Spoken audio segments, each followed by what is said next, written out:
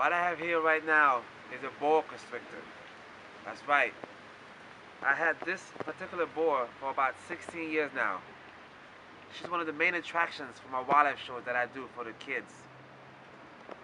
Boa constrictors and pythons are similar, but also very different. For instance, pythons lay eggs, and boa constrictors give live birth. By that I mean the eggs actually hatch inside of the female boa, and then the babies comes out. Pythons get much longer than boa constrictors. Boas get probably about 12 to 14 feet. Females get larger, males are smaller. They also have curved teeth, very razor sharp teeth curved inward like this. Why is it like that, you say? They use it to catch their prey. Once they catch their prey, like a mouse or a rat or a bird, they use the teeth to pull the prey closer to them, and then they wrap themselves around the prey. They are constrictors. They are not venomous. They do not crush the bones when they constrict their prey. They actually squeeze until the prey cannot breathe anymore. Every time the rat takes a breath, the snake squeezes more. There are tons of movies out there that try to scare people about snakes.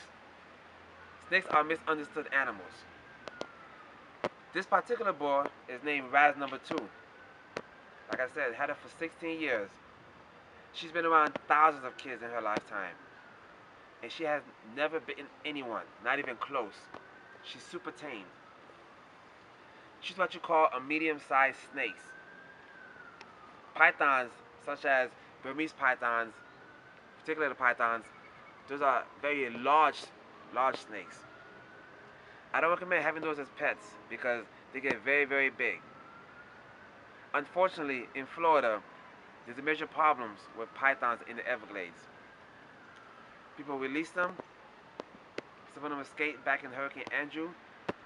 So there's big problem where the pythons are getting bigger and they're eating the food that the gators usually eat. The gators and the pythons are in competition now for superior positioning.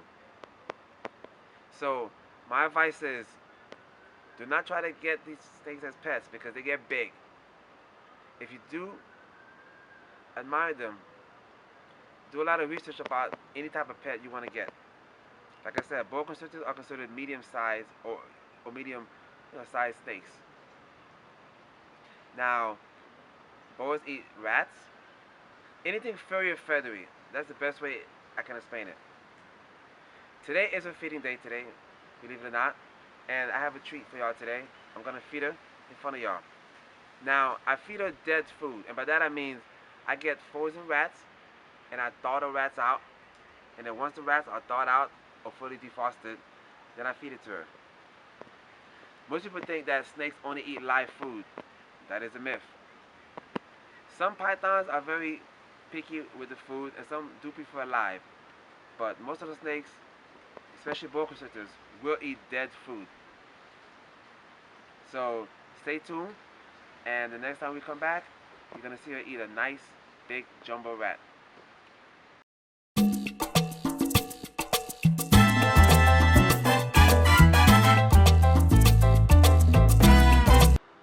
One question I always get during my wildlife shows: does my snake bite? And I tell people this: anything with a mouth can bite, right? You could be the nicest dog or nicest snake in the world.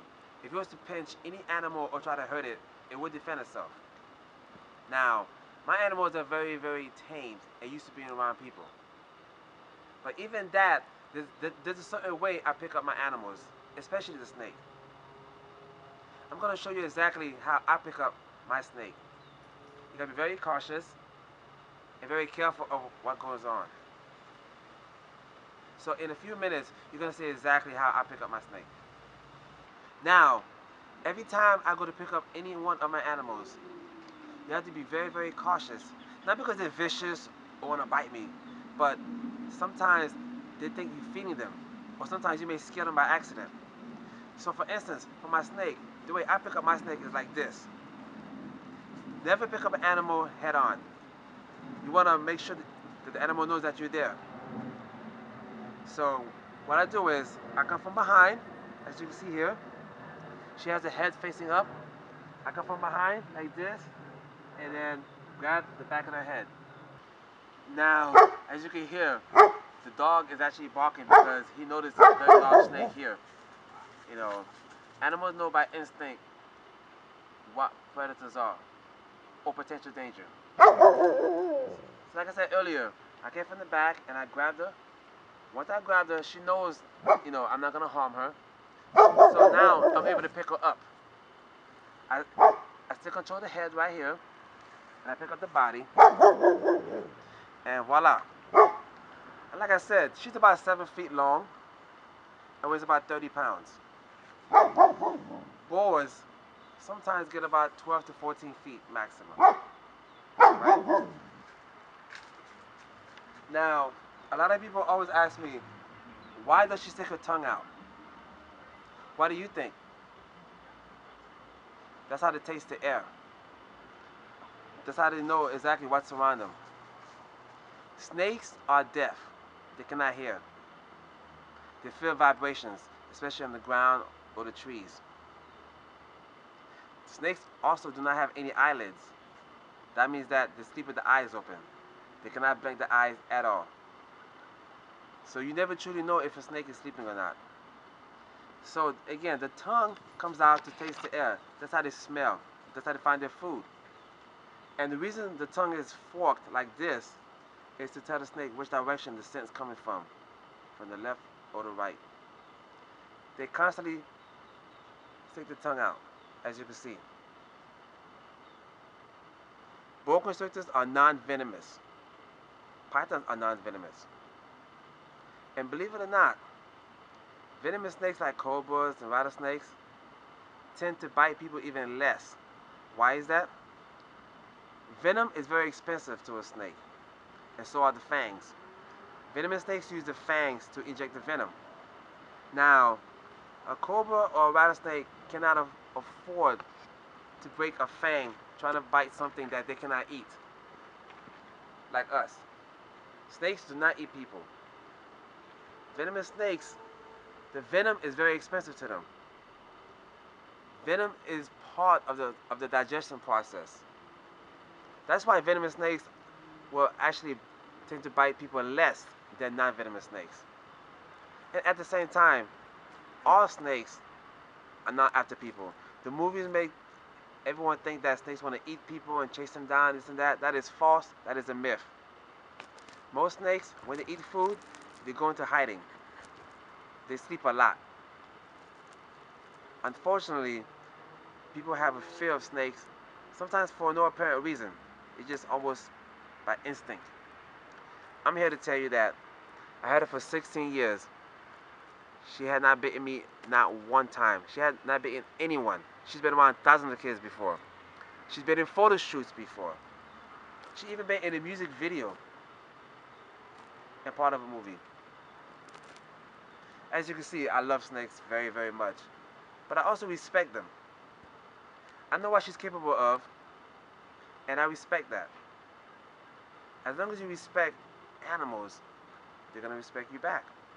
Now, also, people want to kill snakes every time they see them in the backyard. Why would you do that? I have a question for you. Would you rather have a whole bunch of rats in your house or snakes outside your house? You be the judge. By that I mean, snakes eat the rats for us. They're pest control. They control the rat population. If we got rid of all the snakes in the world, guess what? Our house will literally be ran over by rats every single day. You will literally see big rats running to your house every minute, every hour. Snakes help control that population of rats. And guess what? There are snakes that eat other snakes also. So there are snakes that help control the snake population by eating other snakes. So everything is nicely balanced. So every time you try to kill a snake, or every time you kill a snake, you're only hurting yourself and your family. Because some rats have been known to carry diseases. Snakes do not.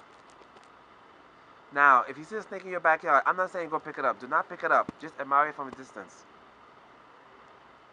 And then, I assure you, everything is going to be okay. Now stay tuned. It's time to feed this big girl.